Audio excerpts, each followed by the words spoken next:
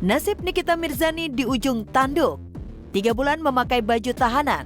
Siang ini nasib si ratu kontroversi jadi taruhan. Majelis Hakim Pengadilan Negeri Jakarta Selatan bakal membacakan putusan sela kasus pemerasan dan TPPU. Yang jadi penentu, apakah Niki bisa tersenyum bebas atau lanjut merana mendekam di balik terali besi penjara.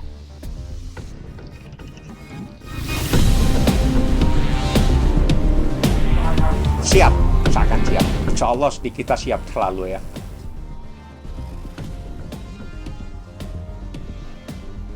Ya, palu majelis hakim siang ini memang menentukan masa depan Nikita Mirzani.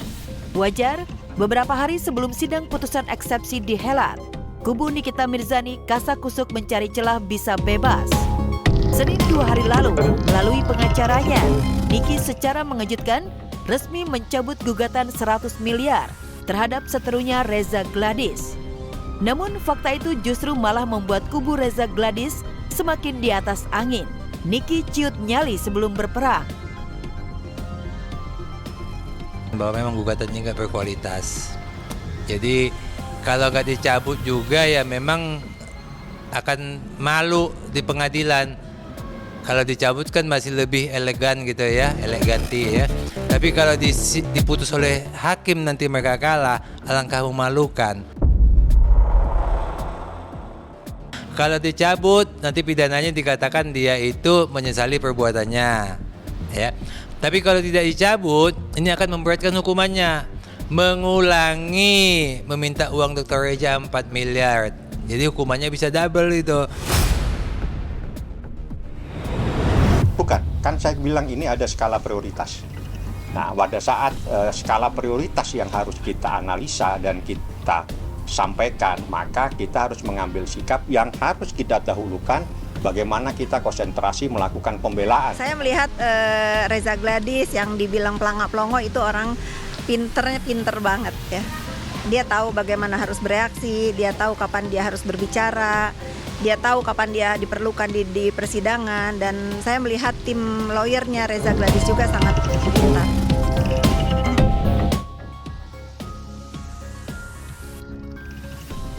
Ada yang aneh memang dengan sikap Nikita Mirzani. Ia yang biasa arogan dan meletup-letup, tiba-tiba berubah jadi ciut. Lantas benarkah modus pencabutan gugatan 100 miliar bisa membuat Reza Gladys luluh dan melepas Nikita dari jerat hukuman? Apakah ini merupakan sikap untuk perdamaian atau beda persoalan? Beda persoalan. Dokter sih tidak tahu karena memang nggak ngerti apa-apa soal itu ya. Jadi dokter nggak berani berkomentar soal apapun. Jauh sebelum Kasakusuk mencabut gugatan senilai 100 miliar, saat membacakan pledoi di depan Majelis PN Jakarta Selatan, Nikita sempat pasang drama berderai air mata, seakan mengundang simpati. Sebagai seorang ibu, si Ratu Sensasi menjerit curhat, berbulan-bulan hidup terpisah dari sang buah hati. Tadi baca SFI nangis, memang ya kan di dalam SFI ini ada kasihan mereka biasanya kan jemput anak sekolah, antar anak sekolah, weekend pasti kita pergi. Ini kan udah mau dekat tahun ajaran baru juga, pasti kan pengennya kalau lagi sama anak-anak liburan, tapi kan terhalang gara-gara kasus ini. Ya tadi nangis karena kangen sama anak. Maaf ya Kak. Ini agak lambat nggak sih dok? Menanganinya dok? Ya kita percayakan semoga masih tegak lurus. Akankah air mata Nikita Mirzani kali ini bisa membuatnya bebas dari jerat hukuman kasus pemerasan dan TPPU? Entahlah. Satu hal yang pasti, Niki sudah beberapa kali bisa lolos dari jerat hukum. Tahun 2022 lalu, saat melawan Dito Mahendra, Niki berhasil lolos bebas. Selebrasi kemenangannya pun langsung viral.